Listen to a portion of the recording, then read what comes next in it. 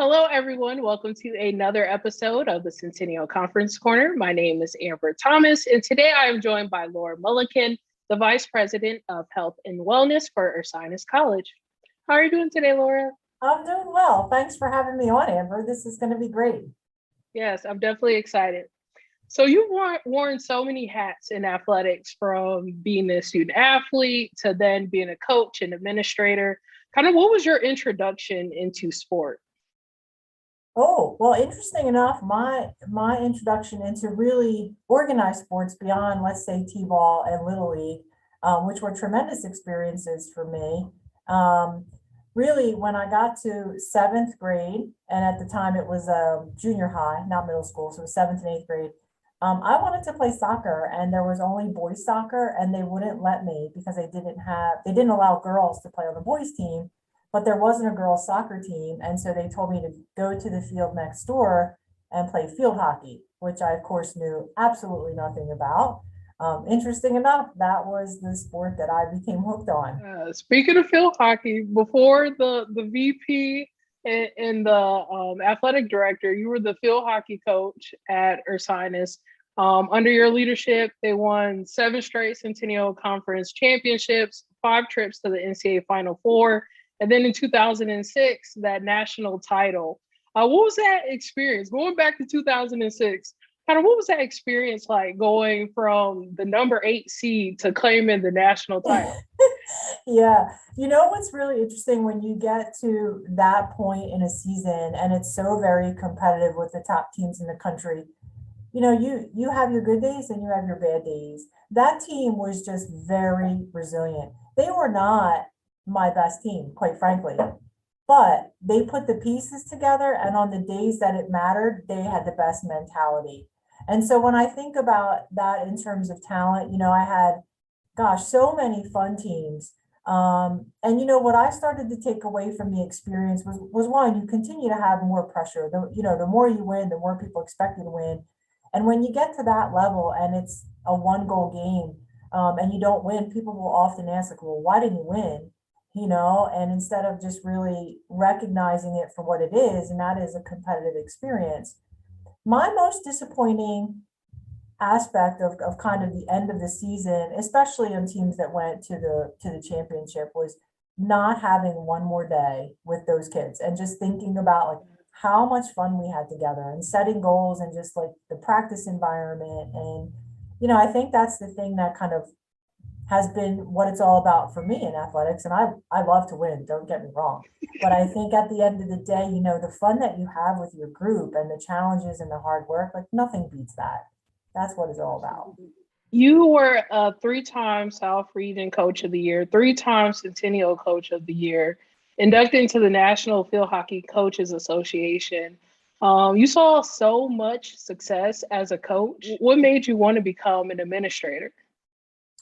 Well, I've always enjoyed the back end of things, and I've always enjoyed kind of how you pull teams together and how you pull people together and get everybody moving in the same direction.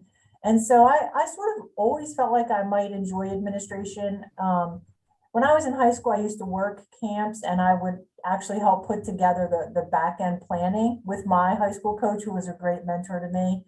And at college, I kind of did the same thing. And then after college, when I went back to help with summer camps, I did the same thing. So I was kind of blending those sort of administrative and coaching pieces all the while. And so I don't know, I guess I think I always was probably going to end up there. But you never know. You never know. And in terms of successes, I always think it's interesting because I actually wasn't aware of all of those statistics. And I think the best coaches in the business don't actually really recognize those stats. It's not really why you do it. It's nice that other people recognize it, but it's also like, what have you done for me lately? So you're saying all that, and I'm like, gosh, I wish I could have gotten my most talented teams to get that last win, and it would have just been the icing on the cake for them. So like, great, coach of the year, but like, really? Because I didn't quite get that group where I thought they were capable of being. And that's just the perfectionist, I think, in all coaches. Absolutely. So Ursinus has a really rich history of women leaders in college sports, from Eleanor Snell, who the Snell-Schillenford Symposium is named after, to Adele Pack-Boyd, as well as Marge Watson, and so many other amazing women. What has it meant for you to be able to continue that legacy? Yeah, it really is a tremendous honor. I think there is so much history here, and that group that was so in their prime did so many things for women's athletics. And so the fact that people still talk about it today means an awful lot. And we need to continue to have people who are trailblazers in all of our sports and all of our divisions. And, but at Ursinus, I feel really fortunate to know those folks, the ones who are still around, and to be able to, in some very small way, I guess, carry on that legacy. It was really important to them, and it meant a big deal when Ursinus hired me to be the athletic director because I was female. And what I thought was kind of cool was like, wasn't that big of a deal to me, But that was the difference in their generation and my generation, that they thought it could never happen. And I think for me, I was like, well, why not? And so I want the generations to follow to be like, yes, I can do that. If it's something I want to do, there's not going to be all these particular obstacles and barriers to being able to do it. So it's a really cool tradition, and I'm happy to be a part of it. Yeah, and I know I hear a lot of our student athletes, especially at the Snell-Schillenford Symposium, talk about how amazing our conference is, because we do have so many amazing women leaders when it comes to our commissioner being a woman, and then we have so many women athletic directors. So it's definitely amazing for us to be able to see you all and see what we can aspire to be. So it's definitely great. Back at you. I mean, the office and the work that you all are doing is terrific. So kudos to you. Thank you. So part of this interview is the celebration of the 50th anniversary of Title IX. Why would you say Title IX is still so important 50 years later? I'd say it's important because, quite frankly, we haven't made enough progress. And I think that, we need to continue to push to make progress. And, my wish is that people don't view those who are suggesting that there are Title IX inequities are complainers, because that is far from the truth. I think the reality is that we need people to feel comfortable suggesting that things aren't equitable and that they need to be equitable. But when you think about Title IX entering its 50th anniversary, like, wow, it's almost as though, yes, we have come far, but in many ways, we still have so far to go. And we need people to be game changers out there, and we need people to recognize talent and skill for what it is, and not have a gender bias in terms of those things. There was a point in time where I ran into an alumni on campus here at Ursinus, and he was from Alaska, and he was an older gentleman, and he asked what I do here, and I said, well, I'm the director of athletics, and he said, oh, you oversee the women's sports then? And I said, oh no, sir, I actually oversee all of the sports. He couldn't believe that there would be a woman that would oversee the sports. And I have the utmost respect, and I think in return, from both my football, basketball coaches, and really all of the coaches. So it's just so interesting to me that people would still think that you can't do the job. Yeah. And so there, we have a long way to go yet. That's why I think it's important. And I'm great that we're celebrating the victories and the wins that Title IX has been able to have, but I also want the radar screen to say, hey, more work to be done here. Flash, absolutely. Flash, right? Keep it up, but more work to be done. Absolutely. This is a great time to kind of check in and be like, okay, what do we want the next 50 years to look like? That's right. That's right. All right, we're going to switch gears a little bit. We're going to do Amber's top 5. So these are 5 questions I really want to know. Okay. So we're in the Winter Olympics season. So I have to know, are you watching the Winter Olympics? What is your favorite event to watch? Oh my gosh. I am watching some, and I'd say, because the answer is convenient, curling right now. Curling is, I'm trying to get the handle of curling, but it's cool. It's cool. It's cool. Different. I do like the downhill skiing. I haven't seen much of the snowboarding. And I did watch a little bit of biathlon, interesting enough. That was So the first time I'd ever seen it. I didn't even know that biathlon was a thing. When I saw clips of it, I was like, wait, I have to look into yeah, this. yeah. But you know, the athletes are so talented that they all make it look easy, True. you know. And then there's the cringeworthy sports like luge and bobsled. I'm like, no, I'm not getting on no way, no way. Not happening So for you. yeah, curling is probably the thing now, although I think it just finished. I think we just watched the finals the other night. Okay. What would you say is your favorite Centennial Conference memory Oh, so far? um, based on like my experience. Yeah, Oh, okay. So if I must, because this is the corner, so we must be honest, right? we must. I would say our last year playing on the grass field, which was 2004, and I was not a little pregnant. I was very pregnant, less than a month before I had the baby, and I was not running, making my way onto the field during a game to try to help the officials a little bit with some of their calls.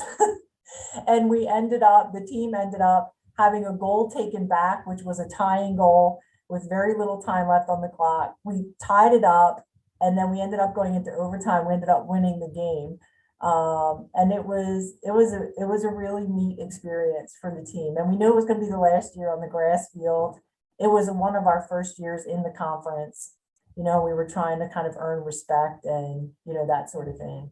But it made it interesting for the parents who thought I was going to have a baby right then and there on the field. I'm glad you didn't. Yeah, so that one sticks in my mind, really interesting enough. What is a quote that you live by? Ooh, gosh, I don't know. I guess I have probably a few. It depends on what we're doing. So like now we're interviewing for a head coach position, and we constantly talk about educator first mentality.